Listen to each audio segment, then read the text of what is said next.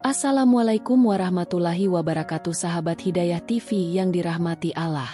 Harapan saya untuk subscribe dan like. Semoga Allah membalas semua kebaikan kalian dengan pahala berlipat ganda, meraih kebahagiaan, kesuksesan dan rezeki yang berlimpah.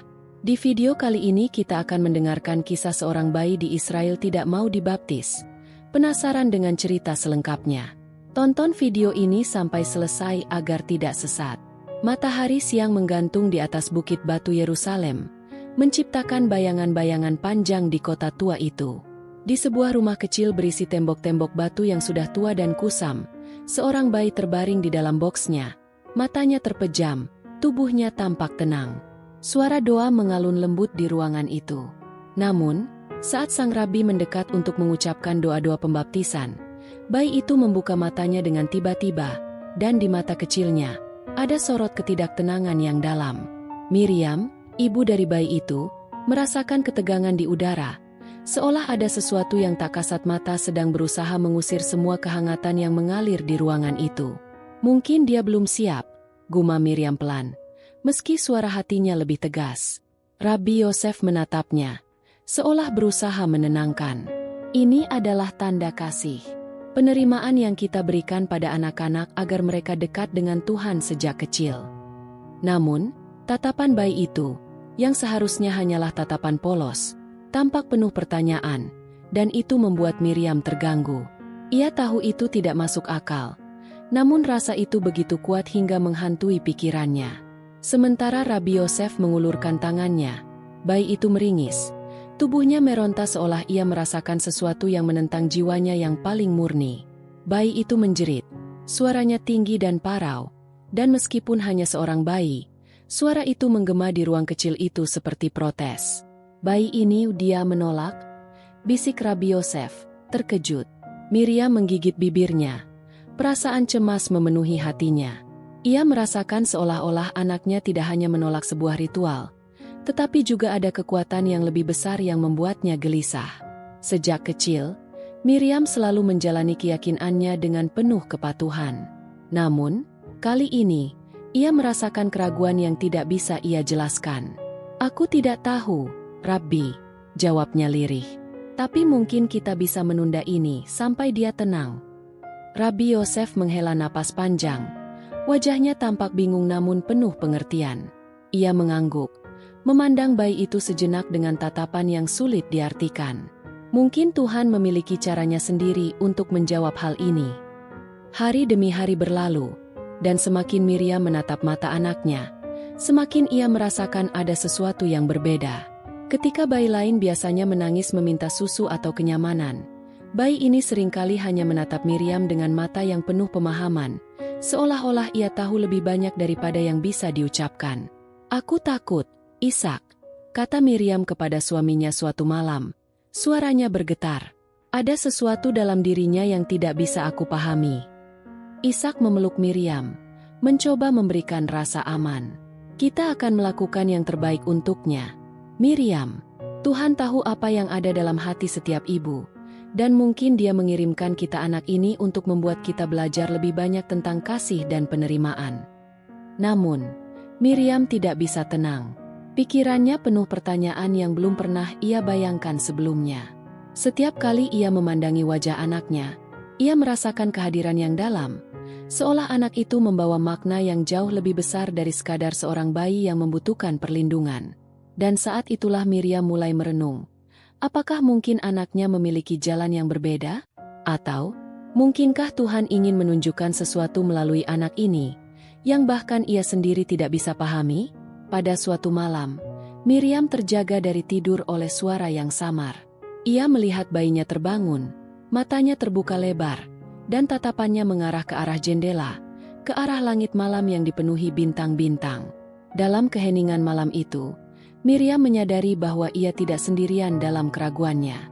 Seolah-olah bayinya tahu bahwa di luar sana, di balik setiap doa dan ritus, ada sesuatu yang lebih dalam, sesuatu yang hanya bisa dirasakan oleh hati yang benar-benar bebas. Bayi itu tidak menangis. Ia hanya menatap langit dengan ketenangan yang tak biasa. Dan dalam momen itu, Miriam menyadari bahwa cinta sejati adalah membiarkan anaknya menemukan jalannya sendiri, bahkan jika itu berarti menolak tradisi yang telah diwariskan selama berabad-abad. Pagi berikutnya, Miriam mendekap anaknya dengan hati-hati, menghirup aroma manis tubuhnya yang kecil dan hangat. Di dalam hati, ia merasa bingung antara rasa takut dan kebahagiaan yang aneh, sebuah kebahagiaan yang muncul dari kepastian bahwa ia melakukan sesuatu yang benar, meski bertentangan dengan apa yang selama ini ia yakini. Namun, berita tentang pembaptisan yang tertunda mulai menyebar di antara tetangga dan kerabat mereka. Satu demi satu mereka datang, menawarkan nasihat dan menunjukkan ketidaknyamanan mereka. Ini bukan hanya tentang dia, Miriam, kata salah satu saudara Ishak, mendesah panjang. Ini tentang masa depan, tentang keselamatan jiwa dan keluarga kalian.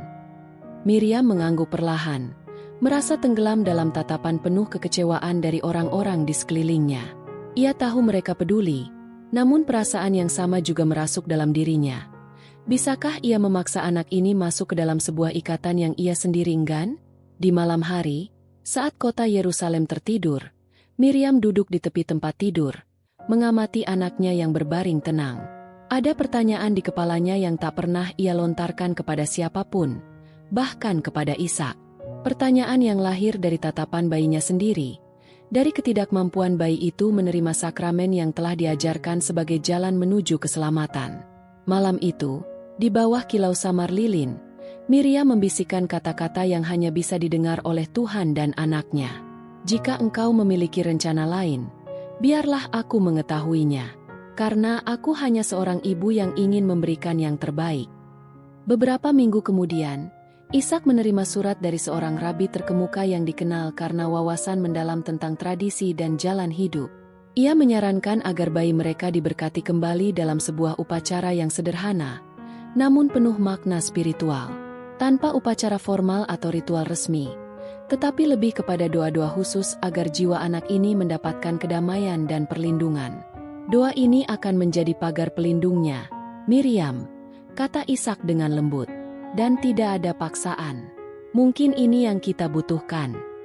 Miriam mengangguk, merasa sedikit lega.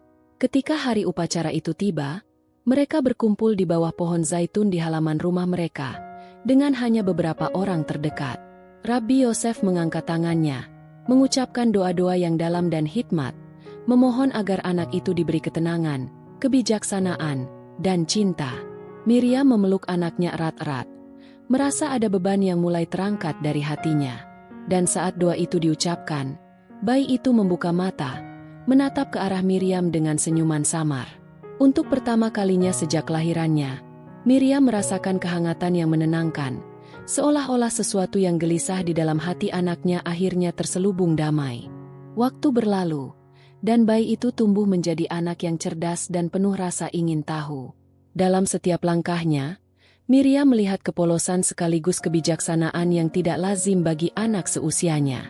Suatu hari, saat mereka berjalan melewati pasar tua di Yerusalem, anak itu tiba-tiba berhenti, memandang seorang pengemis tua yang duduk di pinggir jalan. "Mama, mengapa dia tidak punya apa-apa?" tanya anak itu, memandang Miriam dengan mata yang penuh belas kasih. Miriam terdiam, terkejut dengan pertanyaan itu. "Karena dunia kadang tidak adil, Nak, tapi kita bisa membuatnya lebih baik, setidaknya bagi mereka yang kita temui." Anak itu mengangguk, melepaskan tangannya dari genggaman Miriam dan mendekati pengemis tua itu. Ia mengeluarkan satu-satunya koin yang ia simpan, lalu meletakkannya di tangan pria tua itu dengan senyum yang tulus. Ketika Miriam melihat kejadian itu, ia merasa sesuatu dalam dirinya bergeser. Ia ingat tatapan pertama anaknya saat menolak pembaptisan, tatapan yang selama ini ia tafsirkan sebagai bentuk pemberontakan. Namun, sekarang ia menyadari bahwa mungkin itu bukanlah penolakan. Mungkin anak itu memiliki pemahaman yang jauh lebih dalam tentang cinta dan kebebasan yang bahkan tidak bisa dimengerti oleh dunia dewasa. Miriam menyadari bahwa keselamatan tidak hanya ada dalam ritual atau tradisi yang diwariskan, tetapi dalam hati yang tulus dan tindakan cinta yang nyata. Anak itu telah memilih jalannya sendiri, jalan yang penuh dengan kebijaksanaan, keberanian, dan kebaikan yang datang dari dalam.